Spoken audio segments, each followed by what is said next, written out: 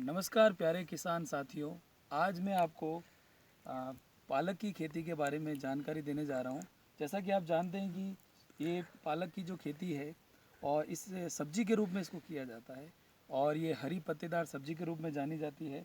और इसके जो पत्ते हैं इसके अंदर जो है क्लोरोफिल की मात्रा प्रचुर मात्रा होती है और ये फोटोसिंथेसिस करने वाला एक प्लांट है और छोटी पत्तियाँ इसकी होती हैं।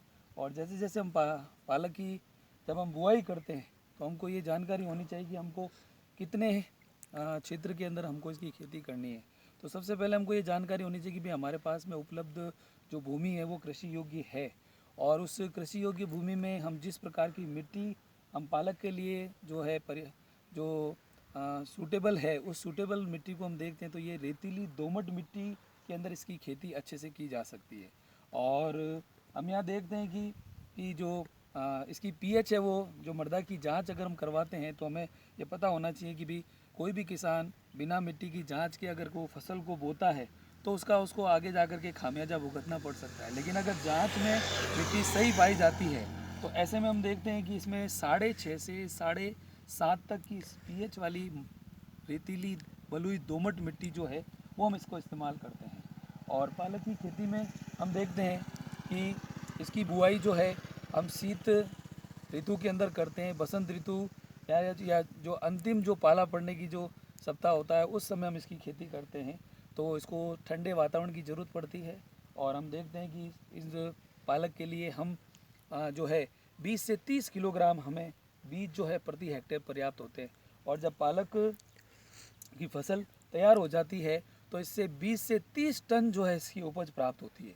और हम इसके अंदर देखते हैं कि इसकी जो फसल की सारी देखभाल हमको करनी उचित ज़रूरी होती है क्योंकि इसमें कई प्रकार के रोग हो जाते हैं और ज़्यादातर जो है पालक के अंदर कवक जनित रोग होता है। इसलिए हम कवक जनित रोगों की रोकथाम करने के लिए हम क्या करते हैं, कवकनाशी का इसके अंदर छिड़काव कर सकते हैं। और उसके बाद में हम देखते हैं कि इसके अंदर ब्लाइट रोग जो होता है, स्पिनेच ब्लाइट, जिसे जो वायरस जनित रोग होता है और इसके कारण क्या होती है, इसकी पत्तियों की जो बढ़वार है वो रुक जाती है और पत्तियां पीली पड़ जाती हैं। तो ऐसे में हम इसके उपचार के उपरांत हम क्या कर सकते हैं, इसमें वायरस से इसकी रोकथाम करने के लिए हम औषधियों का उपयोग करते हैं।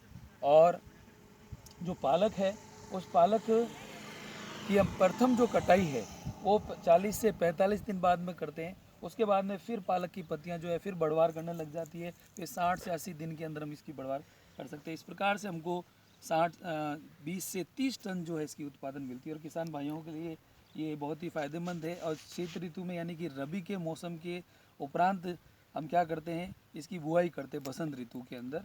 तो इसको ठंडे वातावरण की ज़रूरत होती है। और सिंचाई का अगर हम देखें तो इसमें हम कम सिंचाई करते हैं और ज़्यादा बार सिंचाई करते हैं क्योंकि इसकी जड़ें ज़्यादा गहराई तक नहीं जाती हैं तो पानी की इसको रिक्वायरमेंट रहती है, ज़रूरत रहती है।